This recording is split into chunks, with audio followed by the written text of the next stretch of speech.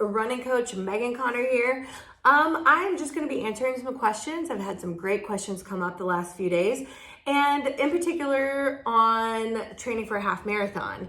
So there's Lulu. She's just going to make an appearance whenever she wants. So I wanted to touch kind of a little bit on what I spoke about in my last video. We just quickly went over a little bit of cross training. My friend Sarah asked about if you are doing, she loves to do Shed Fitness, and she is heavy into that, and she does it 4 or 5 times a week, but she also wants to train for a half marathon. You're definitely going to want to adjust at some point how much of the cross training you're doing versus how much you're running. And as you add in mileage, you kind of want to make sure that you're not just doing too much with adding in the miles. So the key is to only add in 10% increase in mileage every week. So if you're doing a very heavy treadmill based class, you are going to want to really refocus some of those things. One of the most important things that I talk to my clients about is the difference between the fast, quick sprints, which a lot of classes will have you do, and endurance training. They're two totally different muscles, and you've got to be mindful of that. I have a motto of train slow, race fast. Like, most of your miles just need to be nice, easy, relaxed miles. That's a whole other video, and we can get into that later.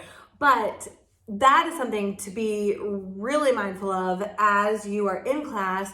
If they have you doing a ton of sprints and this is a really heavy week and you've got, 10, 11, 12 miles coming up on Saturday, so sprinting isn't really going to help you. If you're sprinting, you're training for a 5K.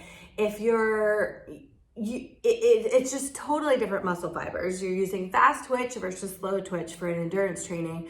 So think about that also. You can always adjust. Like, if you have a great instructor, they're going to know, hey, if you go up and say, I'm training for a half marathon, I might need to adjust a couple things. They're going to be totally fine with that.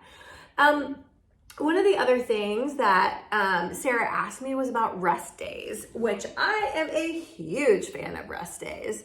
So I highly suggest taking at least one day completely off, like nothing. Maybe go for a walk, but I am not a fan of you have to work out every day. I think it's important to listen to your body and to make sure that you are resting and recovered, and that your key workouts are super focused and you're rested and recovered for those key workouts. So I think you should take a day off, at least one, maybe if nothing. The thing with doing these videos and answering questions is everybody is quite different. I have some clients that Lulu wants to be on the video. I have some clients that just want to do yoga and run. I have some that do, CrossFit and run, and all kinds of different things. When I was training for Boston, I did nothing but run. I used my speed work, which if you're a little bit more advanced, you might be on a program that has speed work, and those are key workouts, and those are the days that I used as my leg strength training days. Something else to think about if you are doing leg day, there's Lulu in the background, maybe you want to think about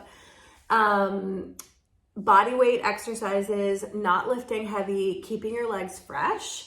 So think about exercises that, she's really talking, that mimic running. Lunges are great. All kinds of different just step ups, things that mimic the motion of running are really helpful when you're training.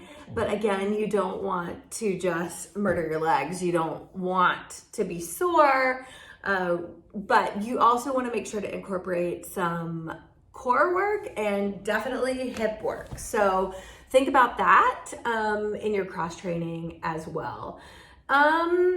Yeah, those are just a few things that I wanted to touch on, and nothing too formal, but just give you some things to think about. A lot of people don't kind of just go into it and then start adding miles and will get injured. So just really think about Lulu and her playing. But think about how to take what you're doing and let it complement your half marathon training so that you don't get injured, so that you don't get burnout. And I'm always here. If you have other questions, feel free to reach out and ask. I love to answer them.